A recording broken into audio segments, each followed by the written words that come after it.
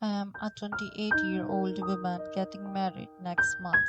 My family recently advised me to postpone my wedding because my 26-year-old brother, Josh, just separated. To say I was frustrated would be an understatement. Josh has always been the family's golden child. He had all of the attention and resources, but I was generally left in the background.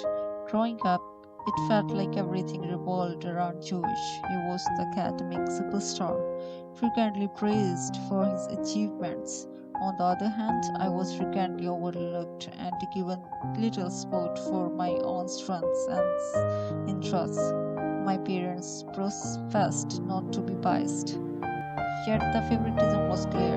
Josh was able to attend private schools, take extra classes, and have all of his hobbies funded, whilst I was forced to settle for less and work with less resources.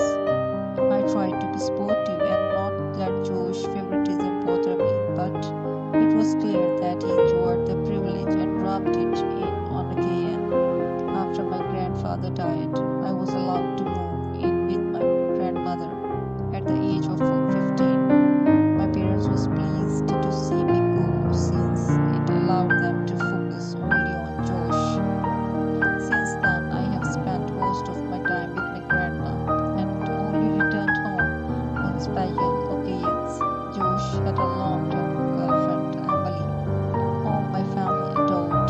They were always complimenting their relationship and comparing it to my own dating experience, despite the fact that I was doing fine on my own. When Emily and Joe split up, my family was devastated. They couldn't understand Emily's choice to end things and took Josh on a trip to help him cope. My mother organized a family meeting a week ago and recommended me to postpone my wedding despite the fact that Josh was already seated and looked dreadful. She stated that Josh was not in a mood to celebrate and that continuing with the wedding as planned would be unjust to him. My father agreed, pointing out that Josh's needs should come first. My fiance and I were astonished. We had spent months planning the wedding, and the notion of postponing it due to Joe's separation was absolutely terrible. I was certain that the wedding would proceed as planned. My mother was furious, threatening that if I didn't postpone that they would not come. She also implied that my wedding would be little more than a party without them. I held my ground, and as predicted, they did not attend the wedding.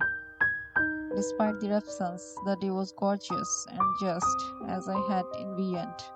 Instead of my father accompanying me down the aisle, I walked alone, which felt like a significant declaration of my independence. My father, my friends, and the bridesmaids rallied behind me, and the day turned out to be the great celebration with people who truly cared about me. Following the wedding, I received many texts from the relatives expressing their disapproval with my parents' behavior. My detailed email to my parents, in which I described the circumstances and declined to invite them to the wedding, proved to be helpful in communicating my side of the story. My parents tried to spin the narrative, claiming that I had denied their offer due to lack of financial resources.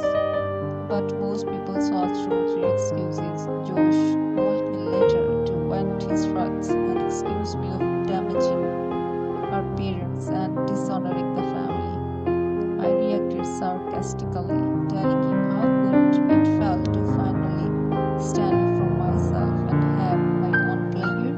Nonetheless, I felt relieved and empowered. My wedding reflected my strength and independence, and I was surrounded by individuals who genuinely cared about me, actually cared for me. Thank you for being this film and joining us on the fantastic journey by the genuine stories. Your ideas and feedbacks are genuinely valuable to me, so please leave your honest opinion in the comments. I'm always happy to hear your thoughts and improve. Don't forget to like, subscribe, and click on the bell button to see more interesting content. See you in the future videos.